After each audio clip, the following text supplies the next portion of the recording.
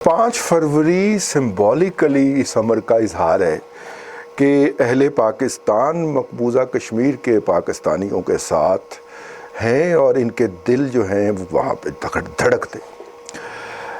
इसका ये मतलब नहीं है कि 5 फरवरी से पहले हमें अहले कश्मीर याद नहीं आते या 5 फरवरी के बाद हम उनको भूल जाते।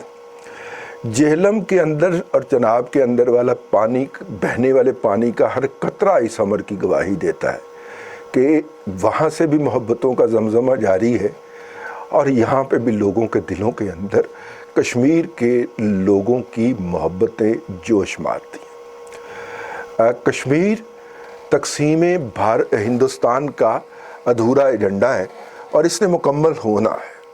अगर 100 साल के बाद हांगकांग चीन को वापस मिल सकता है तो कोई ज़्यादा दूर की बात नहीं है।